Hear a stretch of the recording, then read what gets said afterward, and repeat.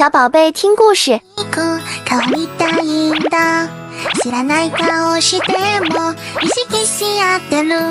小鸟啾啾与小猫米米的晨光早餐会。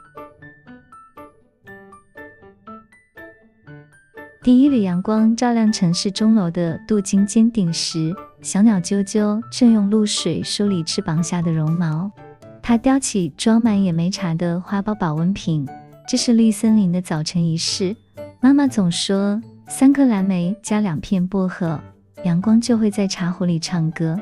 今天她要拜访住在旧书店阁楼的烘焙师小猫米米，那间总飘着焦糖香气的蓝色小屋。扣扣，啾啾轻啄窗棂时，米米带着樱桃围裙拉开窗户，准时的小淑女。快尝尝我的日出松饼。松木餐桌上，橙黄色松饼叠成小塔，糖霜像初雪覆盖山坡，每层都加注会发光的柑橘果酱。米米的尾巴卷着枫糖浆糊解释，秘密在面糊里拌了碎太阳花籽，烤的时候会噼啪弹奏晨光曲哦。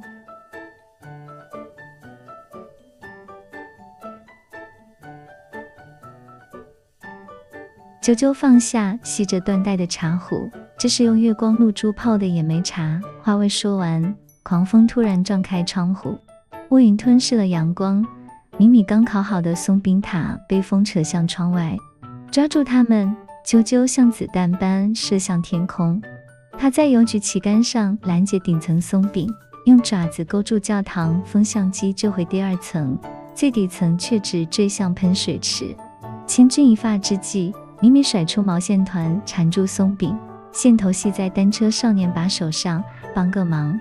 少年急转弯漂移，松饼稳稳落回窗台。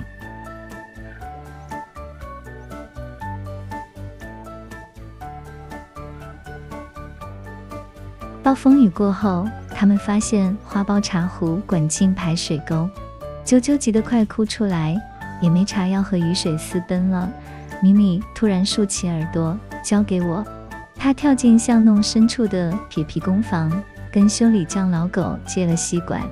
当他把吸管插进沟缝时，晶莹茶香竟顺着管壁回流到茶壶里。老狗呵呵笑，这是虹吸魔法，我的咖啡机也是这样救活过屋。重新布置的早餐桌铺着银杏叶餐垫，啾啾倒出紫红色茶汤时，蒸汽凝成小鸟形状飞向天花板。米米咬下吸饱茶香的松饼，惊喜发现内层藏着闪光籽粒，这些会跳的星星是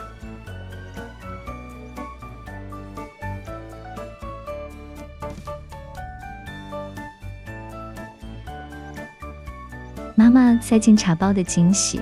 啾啾快乐振翅，是萤火虫拜访过的薰衣草籽，碰到热茶就会苏醒跳舞。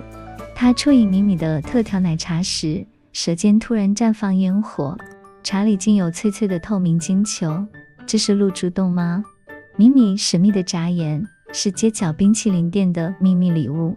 脆波波加进伯爵茶里，就像给味蕾穿芭蕾舞裙。他推来松饼切割器，形状从星星变月亮，最后定格成小鸟剪影。选个专属餐具吧，朋友的味道用心形状收藏。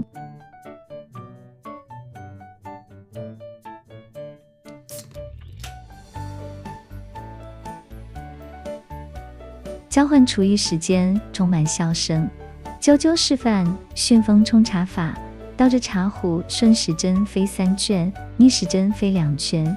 米米教他用尾巴当打蛋器，摇摆99下，面糊就会变得像圆朵。当教堂钟敲响10下，他们把松饼碎泡进野莓茶，奇迹发生了，茶汤浮现城市地图，松饼屑变成会移动的房屋标记。味道里有钟楼的阳光，也有家乡莓果的微酸。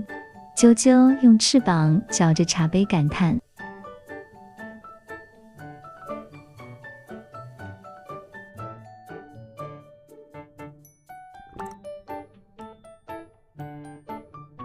米米的胡须沾着糖霜，每口松饼都是有意发来的甜蜜电报。他拿出绣着猫爪鸟语的餐巾，用爪子画出下周菜单，周二试试我的蜂蜜闪电泡芙，周四画你的橡实松饼如何？告别时，啾啾叼着米米给的茶匙飞向绿森林。这只镶着松果的银饰竟是指南针，当它迷路在烟囱阵中，柿饼总指向蓝色小屋的方位。从此每到晨光时刻，就书店阁楼的窗口便挂出双色餐巾旗，蓝旗代表今日有莓果茶，黄旗预告现烤松饼出炉。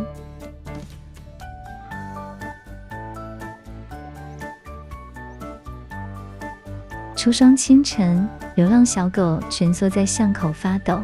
米米推开窗，放下藤篮，里面装着有一双重奏野莓茶冻成的宝石果冻，夹着松饼脆片的奶茶布丁。